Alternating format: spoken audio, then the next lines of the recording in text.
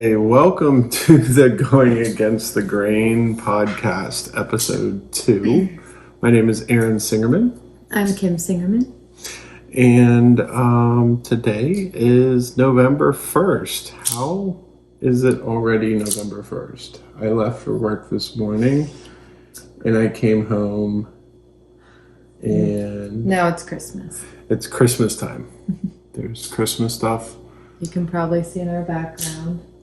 There's Christmas stuff everywhere. The tree goes up Friday for family night. Yes, family night's fun. What do we do on family nights? Something different every time. Or try to. I know, but what do we eat? Oh, pizza. Homemade pizza. Homemade pizza. Yes. It's my favorite night of the week because my wife's pizza is bomb.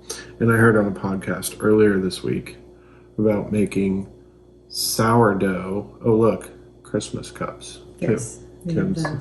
She's real serious about her Christmas gear. But I heard on a podcast earlier this week about sourdough pizza crust. Mm-hmm.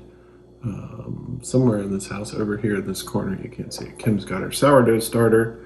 And I'm excited for a sourdough pizza crust experiment here in the near future. So all the Christmas stuff is up. Kim's in the Christmas spirit and she's getting excited about that stuff. I would really like to thank, Kim and I would both like to thank you guys for everyone. We got a whole bunch of overwhelming support, people that listened to our first podcast. That was really great, even though we were both incredibly awkward and it was just kind of weird. And I got frustrated and I couldn't figure out how to set up our podcast stuff. And we did it on Zoom, and we're still trying to figure it out because I have another microphone that doesn't work. So, and this arm of this one is right in the middle of me. Yes, so we can only get one microphone to work, but it's working nonetheless. So we're happy with that. And anyways, thank you all for joining in on our journey. We're really excited to keep sharing with you guys and just see where this thing goes. Just recently, Kim, where did we went to a conference in Indiana. We went to our first homesteading conference. It was quite the adventure. We brought our oldest son, Lucas, with us, and Tommy stayed with Kim's parents, and it was fun. There was a bunch of stuff for kids to do. I had a blast. And I think my highlight of the weekend was getting to meet Joel Salatin and Pork Rind in person, shake their hands, have conversation. I had several conversations with Joel Salatin, like face-to-face, up close and personal conversations. It was really pretty great. How do you feel about your experience? Should we explain who Joel Salatin and Pork Rind are? Because some viewers might not know who they are. Yeah, sure. Look, my shirt. Anyways, Joel Salatin, what does he call himself? It's the crazy Christian evangelist chicken farmer or something crazy like that. Anyways, he's the owner of Polyface Farms in Virginia, and he is just a prolific writer. He's done a bunch of books on homesteading and farming. And I have listened to pretty much every single one of his podcasts, every single podcast that he's been a guest on. I've starting my collection of his books and reading through them. And he really is kind of like the pioneer, one of the original. He's like the OG, basically, of chicken farming and homesteading. Kind of like, I guess, like the grandfather of farming and homesteading. So, and Pork Rind is truly an amazing human being. I knew of him but didn't really know about him until I heard. It's actually funny, at the conference that we tried to go to one of his talks, and the first talk, Lucas kind of wasn't doing well, so we had to walk out in the middle of his talk, and then the second one was game changing, and we'll talk about that here in a minute. But Pork Rind is just that, Pork Rind. He is a He's the pig OG farmer. He's the OG pig farmer, and he's a farming coach and pretty cool guy. So I had a pretty cool experience meeting him, an experience coming out of it, almost like a spiritual experience coming out of it. But anyways, let's talk a little bit about the actual conference, Kim. How are you feeling about it? They were really good.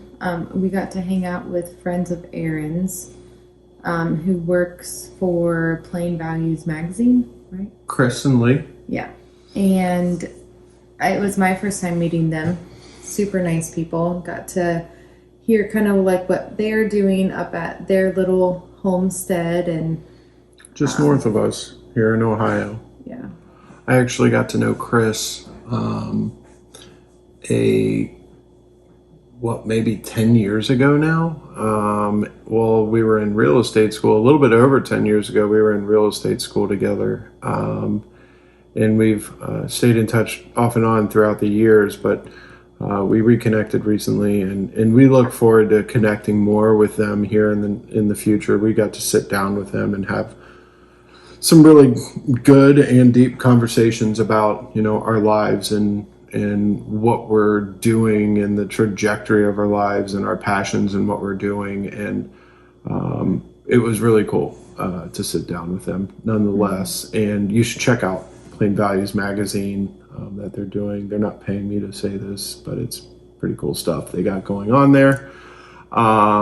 Anyways, an interesting thing happened. As soon as I got there, we came inside, we saw Chris, and I walked up to him, and we're having a conversation, and he stops me like mid-sentence and says, "Hold on a second, bud, hold on." And he waves somebody over, and it's Joel Salatin. And Joel said, he was like, "I got to introduce you to somebody." And Joel Salatin walks over, and he like one-on-one introduces me to Joel Salatin, and I was like starstruck. Like quite literally starstruck. I didn't stumble over my words, but Kim was there and she knew, like I saw her out of the corner of my eye. She knew that I was just like, he was cheesing. I was cheesing. I was like a little kid in a candy store. And so it was pretty cool. And I appreciate Chris for that. So anyways, Chris and them actually introduced us to a company called Azure. Kim, do you want to talk a little bit more about that? Because that's more of your alley, your passion with organic farming and organic foods and stuff. Yes, so it's actually a non-GMO, all natural organic company that has, what are they called? Drop zones or drop points. Drop points, and all across the United States, actually. The ones closest to us, we only have to drive about 20 or 30 minutes, so it's not far. Just over down the road into Lancaster, right? Well, there's one in Lancaster, and then I think the other one was close to Washington Courthouse, so not far. Same distance, both directions, basically. And they have magazines that you can call. They actually pick up the phone when you call. It's not like some call center. It's actually them. And you call, tell them what you want, and I think it drops, but once a month or once every other week.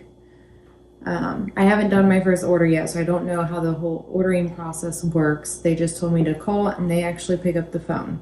But they have everything from food to beauty products to books to natural remedies for one thing that I'm very interested in is ADHD, because our oldest son is quite hyper, but I'm not the type to take him to a doctor to get medicated, so I'm interested to try that out of the the medicine side of their company.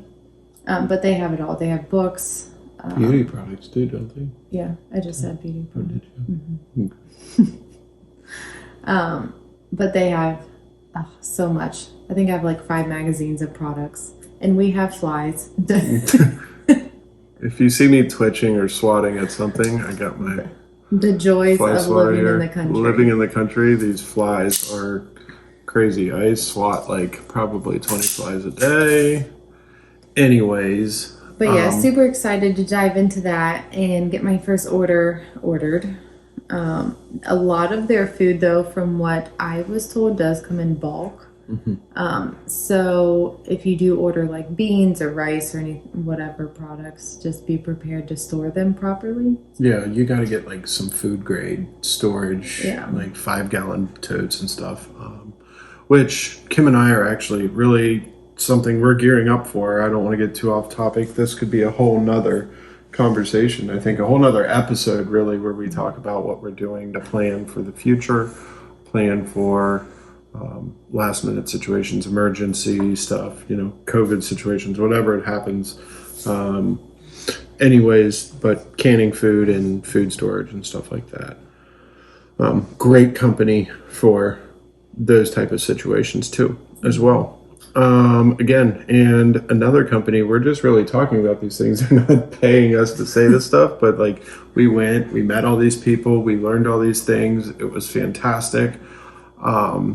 And one of the things that happened to me, interestingly enough, is I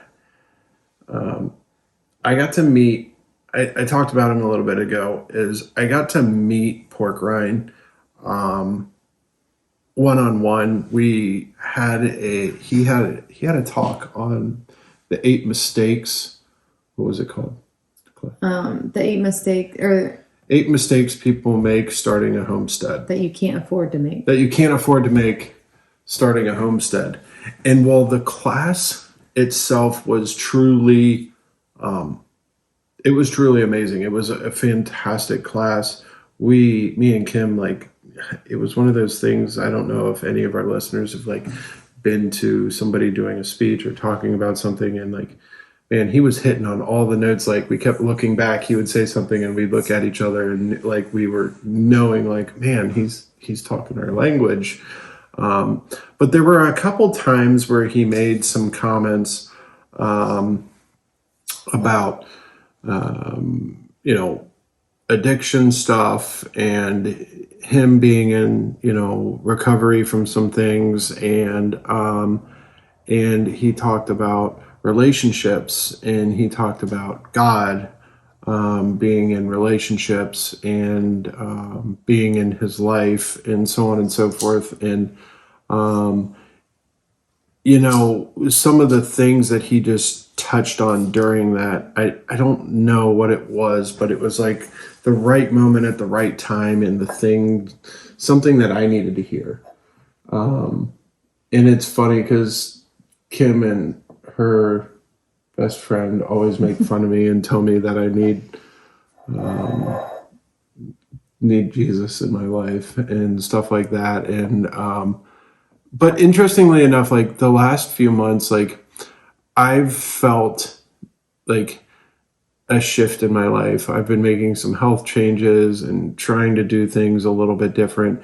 And I've always kind of felt like maybe there was something kind of missing in my life. And I don't know, it was really weird. It just sort of touched me, the things he was talking about and having God in your life. And this could probably be a whole nother podcast as I'm diving into this, a whole nother episode. Probably multiple episodes. Multiple episodes, because it's something very new to me. I was raised in a Jewish home, and with great morals and values, and I was introduced to God and religion, and my family gave me the option of being involved in all of that stuff, but they didn't really shove any of this stuff down my throat. My parents were very learn at your own pace. Learn at your own pace, be who you want to be, and believe what you want to believe. And I don't know, from a young age, like I just believed that, if you can't see him, he doesn't talk back to you, it's not real. Like they're not there. So I kind of just lived with that from a young age. And, through the sobriety stuff that I've been through in my life and different things that I've been through in my life, I've come to realize over the years, especially the last, 10 to 12 years or so, that there's definitely something working in my life, and I've always believed that something bigger than me in this world. There's too many things and coincidences that happen in our lives, and blessings that have happened to me and Kim in our lives that maybe they're not a coincidence. And I'm starting to come around to this whole idea of I don't know if it's religion, but seeking God, seeking a higher power in my life. So I kind of feel like I owe, Pork Rind some props for that. He helped me. It was just like an aha moment when I was hearing some of the things, and I went up and we had a personal conversation, my wife and I, with him afterwards, and we got a picture with him that if I can figure out the editing, maybe I'll pop it into this podcast so you guys can see it on the video, which was pretty cool. Or maybe I'll do like a little reel of like some of our pictures from the end of it and like add it to the end of this video or something. I don't know. Yeah. So it was a really cool experience. And then interestingly enough, on the way home, we randomly stopped. Kim has a coffee addiction, and she had to stop somewhere, and she picked this random place like on the map. It was like, hey, I want to get some coffee. I tried to avoid Starbucks at all costs. Yes, we do try to avoid Starbucks. And so we found this little mom and pop shop, and it was also like this like trinkets, whatever, / restaurant. And we get there, we order some pizza for Lucas, and I think I got cheesecake. Reese it was amazing. It was delicious. And while we were waiting for our food, I'm like, hey, I'm going to just go I'm going to use the bathroom, go poke my head through the store. And I was sitting in Joel Salatin's opening talk at the Indiana conference, and I looked over, and there was this lady writing notes in a leather-bound notebook. It was just leather-bound with plain white sheets of paper in it. And I was like, man, that'd be cool to have to take notes and just keep around the house and take to conferences and stuff like that. And I'm walking through this place, and I see, in the distance, I see on the table like a stack of leather-bound books. And I'm like, oh. So I'm like walking over to this. I don't know if I told you this part of it, but did I tell you this part of it? And I'm like walking over to it like, ooh, I'm going to get this notebook. Like, cool. And I pick it up, and it's what is it called? It's a devotion book for husbands. It's like a 1-minute devotional prayer book type thing for husbands. And I was like, oh, okay. All right. I hear you. I get it. Okay. This is supposed to be in my life. So I bought it, and I went over to Kim, and I told her, I was like, hey. And so she went over and she found one, and she's like, so now we have like a morning ritual. We read them together. We have our cup of coffee. Sometimes we get on social media. Probably a thing we need to. It's like the unnecessary evil that we have in our life. Social media in the mornings. But anyways, I think I had this moment and had to get it, and Kim got one, and it was a whole little thing. So that was the Indiana conference. Do you have anything like you want to add to it? Like, what were your thoughts and feelings? Did you have anything you want to add about the conference or that situation with me? I think we touched on everything. Okay. Pretty well. Okay. Anyways, so what's next? What's coming up? So next Thursday, we are dropping both of my kids off at my parents' house. So send out a prayer for them. Yes. They're very willing to keep both of them, but they're good kids. They're just a lot. They're 2 boys, so they're hyper, rambunctious, all of it. wrapped in one. But we are going to Virginia to a women's conference at Polyface Farms, which is Joel Salatin's farm that we talked about earlier. And Aaron, yes, it's a women's conference, but they are welcoming husbands to kind of roam around. There's a couple Q&A little things that's going on that they recommend husbands to join. So yeah, we're going to do that for a day and a half. And then, yeah. I'm excited.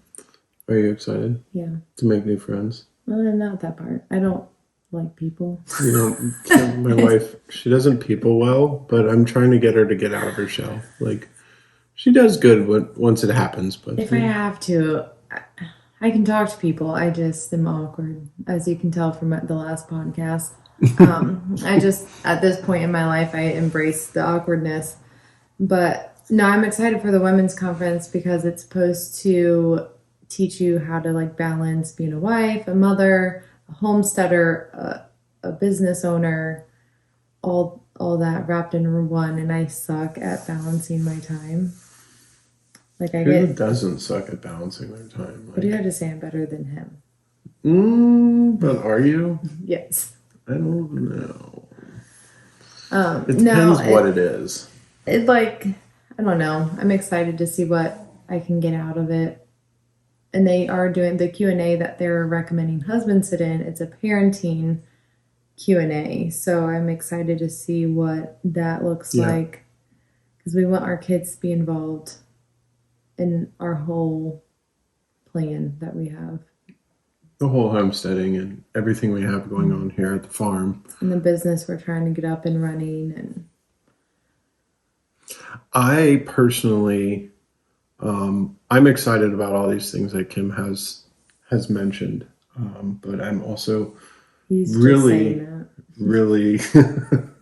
I'm really excited to go to Polyface Farms. I'm excited to just roam around. I want to see the chicken setup. I want to see if I get a farm tour. You know, even just roam around town and see what's going on. So the other cool thing is there's no cell phone service in this town. Yeah. So well, in the town, yes, there is cell phone service where our hotel is. The farm itself is, I think, like 10 or 15 minutes outside of the town. Yes. And there's no cell phone service on the farm, but there is cell phone service in the town where we're staying. And Sarah's going to be there too. Yes, we haven't talked about Sarah before. No. So Sarah is her and her husband, amazing people. They have a herd share that we are members of. Mm-hmm. And for those who don't know what a herd share is, you pay a fee and you get fresh cow milk. Yes, raw cow milk. I was actually listening to a podcast today, and the lady actually said that she prefers to call it fresh milk instead of raw because the general public puts a stigma on raw things like raw chicken, raw meat, raw this, and it's like, it's not raw. It's just in its natural form. It's a fresh milk. There's a whole thing. This is, again, in a whole nother episode that we could talk about, but Sarah's going to be there. I went and picked up the milk a couple weeks ago and told her that we were going, and she was just over the moon excited, and she was like, oh my God, this girl and this girl and this girl. Oh, and then a girl walked through the door and she goes, and she's going too. And she's so excited for Kim to meet all these girls, and they all have farms locally, so it will be kind of cool for us to get to know them, and hopefully Kim can come out of her shell a little bit, and maybe I can if I have to. I just have a couple prefer not to. a couple conversations with some people so we can just network a little bit in our community. Let's talk shop. Let's talk about the farm a little bit. Recently, I just finished up. We have 105 meat birds on the farm right now that we're getting ready to process here in 2 weeks? 2 days before Thanksgiving. So 2 days before about 3 Thanksgiving, weeks. we'll have 105 meat birds for sale, minus however many my wife puts in the freezer for herself because she's a chickaholic and eats chicken breakfast, lunch, and dinner pretty much. It seems like she like can literally like go through like I could probably get 4 through chickens this a week. 105 birds in like a month. It's crazy how much chicken she eats. Anyways, I just got done. I've been going through like part of being a homesteader and having a farm is like learning everything through trial and error. And I wish I had a picture. I wish I could show you guys right now, just take you out there and show you. But my first chicken tractor, I'm like, oh, I got this. I can build this chicken tractor. And It was totally unplanned, out of the blue. We're like, oh, let's do this. I had found like a couple of things on Facebook Marketplace where people were giving away free wood, and I was like, oh, I can build a chicken coop. I'm gonna go buy some chicken wire, a couple door hinges. I got a bunch of 2x4s. This thing's like a freaking, it's like a clubhouse. It's heavy. It's heavy. So I built it. I thought, oh, I wasn't thinking about weight. And Or height, because you height. walk in and like you hit your head. Yeah, it's weird. But it's functional. It holds birds, but it's like legit. It's like the size of like a mini home. And it's on wheels, but it works. But then I got doing research and stuff, and I looked at the Justin Rhodes chicken tractors and the Joel Salatin style chicken tractors, and I landed on the Joel Salatin style. I think over the winter I may build a Justin Rhodes one just to see what I think of them and if it's something that I want to use. But I've built 2 Joel Salatin style chicken tractors and modified them a little bit to how I want to use them, and I will be posting videos on our YouTube channel of me doing the build with those, because I did customize them a little bit. Joel Salatin's, actual plans call for like using 1x wood and making it as light as possible. But even that big old, 200-pound like one that I built, it completely flipped over in a windstorm here in Ohio a couple months back, and all of our chickens were out. And we get a couple, what would you say, maybe 3 or 4 good storms a year that have like super high gusts, 30 to 60 mile an hour winds. And so I built his style tractors with 2x4s, and they're a little bit more heavy, but I have them on wood, or not on wood, on wheels. I've bought lawnmower wheels and metal rods and whatnot, and bolted them up and attached them, and they ride right along the grass smoothly. And I think it's like a nice little setup that I got so far. Pretty excited about them, and I'm actually like considering like making them and seeing if maybe people want to buy them. I was like on one of those homesteading pages the other day, and somebody was selling like a 3 or 4 year old one for $300 that was all like worn down. I'm like, man. And like several people wanted to buy it. I was like, well, if somebody wants to buy an old rotted chicken tractor, what if I made them brand new? So Kim told me to go for it. I don't know if she's just humoring me and giving me something to do outside the house, but I don't know. That's part of like, that's a whole nother thing that I would kind of want to talk about, is like I've realized through this homesteading process, like I've learned so much since being on the farm. Like, how many times have I fixed the hoopty? A couple times. Mm-hmm. I'm learning how to work on cars. Before we moved, when Aaron wasn't much of a handyman. Just a regular old real estate agent. Yeah. Suburban real estate agent. But no, I'm learning. He's learned a lot. Learning to use tools, power tools, and build things. And I love it, and I'm learning how to work on cars. And just the other day, I learned how to work the electronics of a lawnmower, because my dog ripped all the wires bit all the wires out of the back of the zero-turn lawnmower. And so I had to figure out how to patch that back together and get the lawnmower running, which it's not completely running, but I did figure it out. I just have to go get a piece of wire. But anyways, we're getting off topic. We're gonna wrap this up with one last thing. What's coming up next? We got. So, like we mentioned before, Butcher Day for our birds is 2 days before Thanksgiving. We will, for anyone who is interested, be releasing a pre-order date here very soon. We'll post that on our Facebook, Instagram, and promote it on our personal pages. Yes. And then you'll be able to send us an email or a direct message on Instagram, order directly from our website. Yes. Too. Shout out to Rachel Newberry, for our friend Rachel, for creating our website and working with us alongside of that. So yes, and that should be ready to go along with the pre-order date. Yeah, here in the next few days. Yep. So be on the lookout, guys. We've been busy. We appreciate your support. We love you guys, and if you have any questions or thoughts, put them in the comments, and we'd love to hear from you guys. Thanks for listening, and you guys have a great, wonderful upcoming week. Bye. Bye.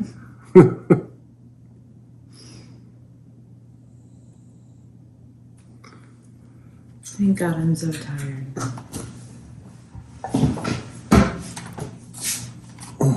I wanted to fall asleep like 20 minutes ago.